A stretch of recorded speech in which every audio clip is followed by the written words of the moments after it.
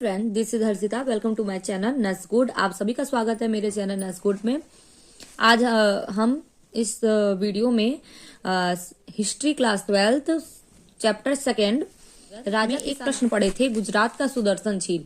तो आज हम दूसरा प्रश्न उसमें पढ़ेंगे जो इम्पोर्टेंट है, एग्जाम में आने वाले क्वेश्चन है। तो वो हम दीर्घ उत्तरीय प्रश्न पढ़ेंगे, उसमें लॉन्ग क्वेश्चन में उसको हम एक एक टॉपिक आपको समझाते जाएंगे, जो आपको क्लियर हो जाएगा, एग्जाम के लिए बेनिफिट होगा। आपका प्रश्न है, मौर्य कालीन प्रशासन की प्रमुख विशेषताओं का उल्लेख करें। मतलब मौर्य काल के जो प्रमुख विशेषताएं उसके बारे में इस क्वेश्चन में बताया जाएगा। अशोक के अभिलेख में इनमें से कौन कौन से तत्वों का प्रमाण मिलता है। मतलब कि मौर्य कालीन प्रशासन के अशोक के अभिलेख में कौन कौन सा प्रमाण मिलता है, उसके बारे में भी इस प्रश्न में बताया जाएगा। मौर्य प्रशासन के प्रमुख विशेषताओं के मौर्य प्रशासन का प्रमुख विशेषता क्या थी, इसके बारे में इसमें बताया जाएगा। तो पहले हम थोड़ा सा पढ़ लेंगे, उसके बाद आगे हेडिंग वाइज पढ़ेंगे। तो मौर्य प्रशासन भारत का प्रथम अखिल भारतीय साम्राज्य था। क्या है? भारत का प्रथम अखिल भारतीय साम्राज्य था। कौन सा? मौर्य प्रशासन। इसकी सीमाएं भी विस्तृत भूभाग में फैलती। इसकी सीमाएं जो विस्तृत मतलब बहुत दूर तक फैली हुई थी। मतलब उसका विस्तार बहुत दूर तक था, बहुत दूर तक फैला हुआ था। अतः इसमें इसके शासन प्रबंध को सुचारू रूप से संचालित करने के लिए एक सुव्यवस्थित प्रशासन तंत्र स्थापित किया गया था। इसके प्रमुख और विलक्षण निम्नलिखित है। मतलब कि इसमें जब विस्तृत तौर पे फैला हुआ जो साम्राज्य था, तो उसकी जो देखभाल है, उसकी सुरक्षा है, उसका देख रेख है, उसकी जो प्रशासन व्यवस्था है अच्छे ढंग से बनाई गई थी, उसके बारे में है हम हेडिंग वाइज पढ़ेंगे। तो इस प्रश्न में हेडिंग है आपका केंद्रीय प्रशासन, पहला हेडिंग है। दूसरा हेडिंग है प्रांतीय प्रशासन। तीसरा हेडिंग है स्थानीय प्रशासन। और चौथा हेडिंग है नगर प्रशासन। पांचवा हेडिंग है आपका सैन्य प्रशासन। गुप्तचर व्यवस्था, न्याय प्रशासन, राजस्व प्रशासन। इस तरह से आपका प्रश्न में हेडिंग है और हेडिंग वाइज हम समझते हुए चलेंगे। पहला हेडिंग है आपका केंद्रीय प्रशासन। मौर्य प्रशासन केंद्रीय प्रशासन प्रणाली। मौर्य प्रशासन क्या है? केंद्रीय प्रशासन प्रणाली। तो आप सोचेंगे केंद्रीय प्रशासन प्रणाली क्या है? तो केंद्रीय प्रशासन प्रणाली वो है कि जो जिसका जैसे कि इसमें दिया हुआ है कि जिससे प्रशासन का केंद्र बिंदु राजा होता है। तो प्रशासन का केंद्र बिंदु कौन होता है? राजा होता है। राजा द्वारा हर चीज संचालित किया जाता है, कि राजा वो एक बताता है कि कौन सा कार्य किस तरह से करना है। तो उसका केंद्र बिंदु कौन है? राजा है। यह कार्यपालिका, व्यवस्थापिका एवं न्यायपालिका का प्रमुख होता है। ये कार्यपालिका जो होती है, न्यायपालिका जो होती है का क्या होता है? प्रमुख होता है। जो कार्यपालिका जो कार्य करवाया जाता है उसका प्रमुख होता है, वो राजा ही निर्देश देता है जिसके द्वारा कार्य किया जाता है। न्यायपालिका जहाँ पे न्याय होना होता है वहां पे भी राजा से ही निर्णय लिया जाता है, राजा से विचार विमर्श करके। तो वो उसका केंद्र बिंदु कौन होता है? राजा होता है। अर्थशास्त्र एवं अशोक के शिलालेख। अर्थशास्त्र में और अशोक के शिलालेख में तीसरा और चौथा और छठा में मंत्रिपरिषद का उल्लेख मिलता है। तीसरा और छठा में क्या मिलता है? मंत्रिपरिषद का उल्लेख मिलता है। कि मतलब कि जब राजा कोई निर्णय लेता है तो मंत्रिपरिषद उसमें होता है, जो कि उनके निर्णय लेने पे, सही निर्णय लेने पे, उन्हें विचार विमर्श करने पे, उन्हें क्या नाम है, सही निर्देश देने में मदद करता है मंत्री। तो वो मंत्रिपरिषद का वहां पे उल्लेख मिलता है शिलालेख और अर्थशास्त्र में। और आपका जो सेकंड हेडिंग है प्रांतीय प्रशासन। प्रांतीय प्रशासन के बारे में हम पढ़ेंगे। मौर्य साम्राज्य 5 बड़े प्रांतों में विभाजित था। मौर्य समाज कितने प्रांतों में विभाजित था? 5 प्रांतों में। कौन कौन से प्रांतों में? उत्तरापथ की राजधानी तक्षशिला। उत्तरापथ की राजधानी क्या है? तक्षशिला। दक्षिणापथ की राजधानी स्वर्णगिरी। उत्तरापथ की राजधानी तक्षशिला है। दक्षिणापथ की राजधानी क्या है? दक्षिणापथ की राजधानी स्वर्णगिरी है। अवंती की उज्जैनी है। कलिंग का तोषणी है और पाच्य तथा प्राच्य है। मध्य प्रदेश की राजधानी पाटलिपुत्र थी। प्रांतपति राजकीय परिवार के लोग से नियुक्त किए गए थे। प्रांतपति किसके द्वारा नियुक्त किए गए थे? राजकीय परिवार के लोगों के द्वारा। जो प्रांतपति जो लोग थे वे राजकुमार या आर्यपुत्र कहलाते थे। कौन कहलाता था? जो प्रांतपति जो नियुक्त किए गए थे वो राजकुमार या आर्यपुत्र कहलाते थे। प्रांतीय प्रशासन में भी मंत्रिपरिषद होते थे। प्रांतीय प्रशासन में भी क्या होते थे? मंत्रिपरिषद होते थे, कि जिससे कोई भी निर्णय लेने के लिए भी एक बार विचार विमर्श मंत्री लोगों से किया जाता था।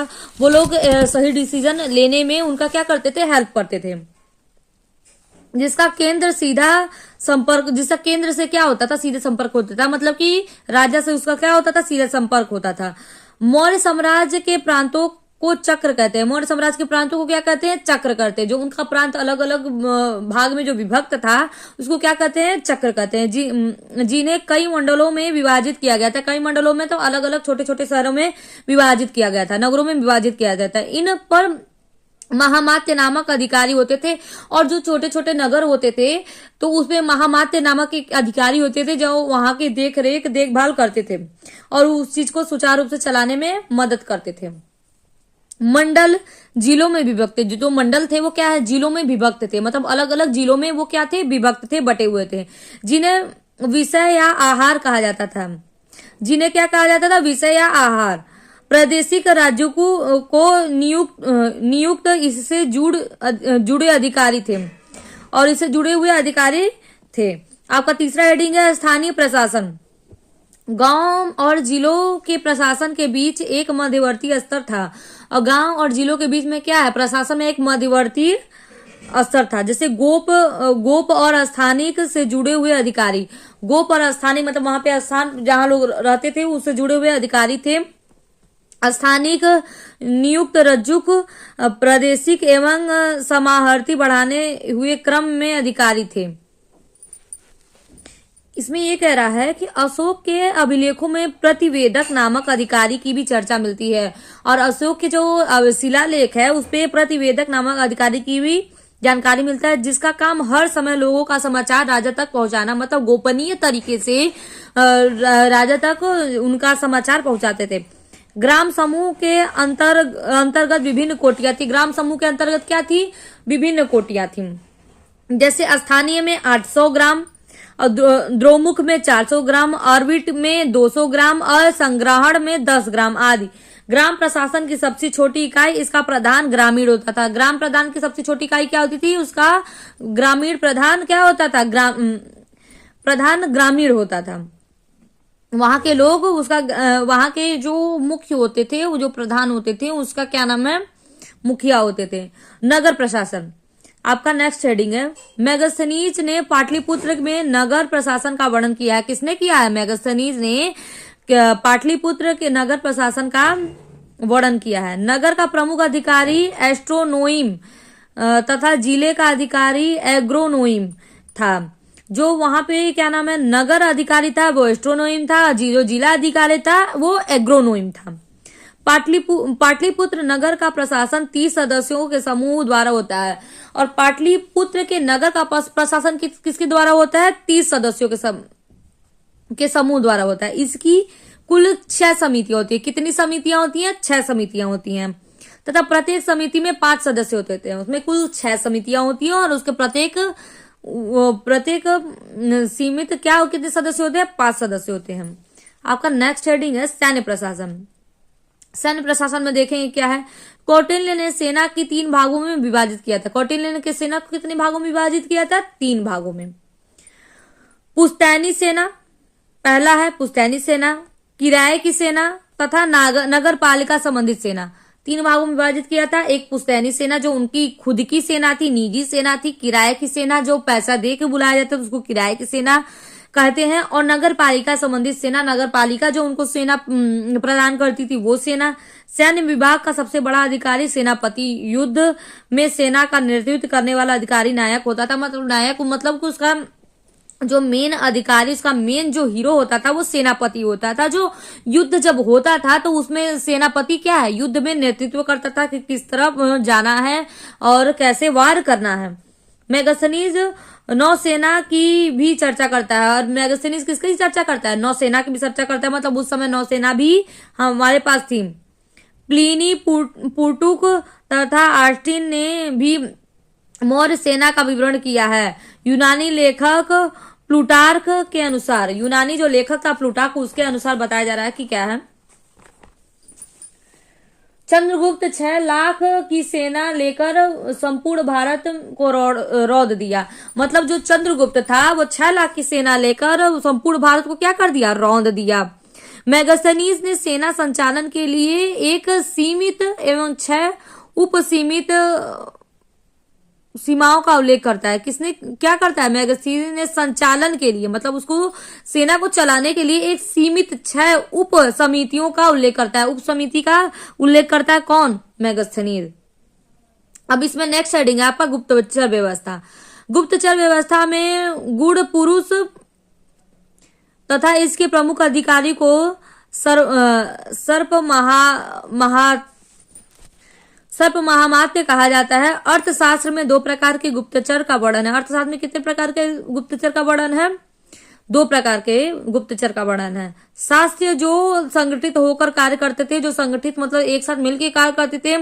संचार जो घुमक्कड़ थे, संचार मतलब जो घुमक्कड़ थे, इधर उधर घूमते थे और अपने कार्य को करते रहते थे। वैसे गुप्तचर जो सूत्र राज से मिल जाते थे, कौटिल्य ने उन्हें उभय वेतन कहा है। और कौटिल्य ने उन्हें क्या कहा है? जो गुप्तचर के सूत्र राज से मिल जाते थे उन्हें क्या कहा? उभय वेतन कहा है। किसने? कौटिल्य ने। न्याय प्रशासन में देखेंगे क्या है नेक्स्ट हेडिंग आपका, न्याय प्रशासन। मौर्य काल की दीवानी न्याय, इसमें न्याय प्रशासन का देखिए कि मौर्य काल में दीवानी न्यायालय, धर्म अस्थायी तथा फौजदारी न्यायालय। इसमें कह रहा है कि न्यायालय में धर्म अस्थायी, फौजदारी न्यायालय था। न्यायालय कटी संशोधन कहलाता था। धर्म स्थानीय न्यायालय को धर्मस्थ एवं व्यवहारिक कहा जाता है। धर्म स्थानीय न्यायालय को क्या? धर्मस्थ और व्यवहारिक कहा जाता था। तथा कंठ शोधक न्यायालय को न्यायाधीश प्रतिष्ठा कहा जाता था। और धर्म कोष्ठक न्यायालय को क्या है? न्यायाधीश और प्रतिष्ठक कहा जाता था। व्यवहारिक महामात्र को नगर न्यायाधीश का जनपद, और व्यवहारिक महामात्र को क्या है? नगर न्यायाधीश का जनपद न्यायाधीश रज्जुक कहा जाता था। क्या कहा जाता था? नगर न्यायाधीश या रज्जुक कहा जाता था। सबसे निचले स्तर पर ग्राम न्यायालय था। सबसे निचले स्तर पर क्या था? ग्राम न्यायालय, मतलब गांव का जो न्यायालय था सबसे निचले स्तर पर था, जहां ग्रामीण एवं ग्राम वृद्धि निर्णय करते थे। जहां ग्रामीण मतलब वहां के लोग और वृद्ध जो लोग होते थे, बूढ़े लोग जो होते थे ग्राम के, वो लोग क्या करते थे? निर्णय लेते थे।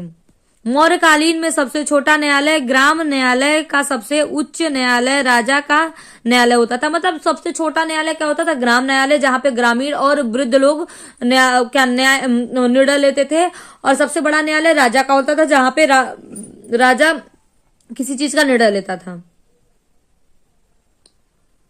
कौटिल्य के अनुसार विधि के 4 स्रोत थे: धर्म, व्यवहार, चरित्र एवं राजाज्ञा। मतलब वहां के जो विधि के जो 4 स्रोत थे कौन कौन से थे? धर्म था, व्यवहार था, चरित्र था और राजाज्ञा था। मतलब राजा की आज्ञा मानना, अच्छे धर्म में चलना, अच्छा व्यवहार करना, अच्छा चरित्र रखना, ये क्या था? उसमें जरूरी था। राजस्व प्रशासन लास्ट हेडिंग है आपका, नहीं सेकंड लास्ट हेडिंग है। कौटिल्य ने राजस्व के 7 स्रोतों का वर्णन किया। कितने स्रोतों का वर्णन किया कौटिल्य ने? राजस्व का 7 स्रोत। राजस्व प्रशासन विस्तृत एवं अत्यधिक केंद्रित था। राजस्व प्रशासन क्या था? विस्तृत, बहुत दूर तक फैला हुआ था और केंद्रित था। मतलब कि उसका संचालन के लिए कोई न कोई केंद्र बिंदु थी। पहले तो मेन बिंदु तो राजा था, फिर उसके बाद राज्यपालिका थी और महामात्य थे। ये लोग मिलके क्या है कैसे क्या करना है उसका डिसीजन लेते थे, तो वो लोग उसके केंद्र बिंदु हुए। कृषि योग्य भूमि पर उपज का 1/4 या 6ठा भाग भू राजस्व का लगान के रूप में वसूल किया जाता। 1/4 या 6ठा भाग उसका क्या किया जाता था? भू राजस्व में कर के रूप में, टैक्स के रूप में वसूला जाता था। किसके द्वारा? राजा द्वारा। अशोक के अभिलेख में मिलने वाले प्रशासन के तत्व, ये आपका लास्ट हेडिंग है। अशोक के अभिलेख में मिलने वाले प्रशासन तत्व, उसके अभिलेख में क्या क्या प्रशासनिक तत्व के बारे में जानकारी मिलती है, उसके बारे में इसमें उल्लेख है। सम्राट अशोक ने अभिलेखों में मौर्य प्रशासन के जिन जिन तत्वों का समावेश हुआ है उसमें से कुछ प्रमुख निम्नलिखित है, जैसे कि आगे हम पढ़ेंगे। अशोक ने अपने अभिलेखों में युक्त रज्जुक नामक प्रांतीय अधिकारी का उल्लेख किया। मतलब रज्जुक नामक एक प्रांतीय अधिकारी था, वहां का अधिकारी था, जिसके बारे में अशोक के अभिलेख में उल्लेख किया गया, मतलब बताया गया। अशोक के अभिलेख में रज्जुक नाम का कोई प्रांतीय अधिकारी था, उसके बारे में बताया गया, जो उनके द्वारा स्वतंत्र न्यायाधिकारी के रूप में नियुक्त होने वाले अधिकारी थे। मतलब उनके द्वारा स्वतंत्र न्यायाधीश में नियुक्त होने वाले अधिकारी थे, किसके? रज्जुक के। सेकंड है अशोक के अभिलेखों में प्रतीत प्रांतीय प्रशासन के 4 केंद्र तक्षशिला प्रांतीय प्रशासन थी कौन से?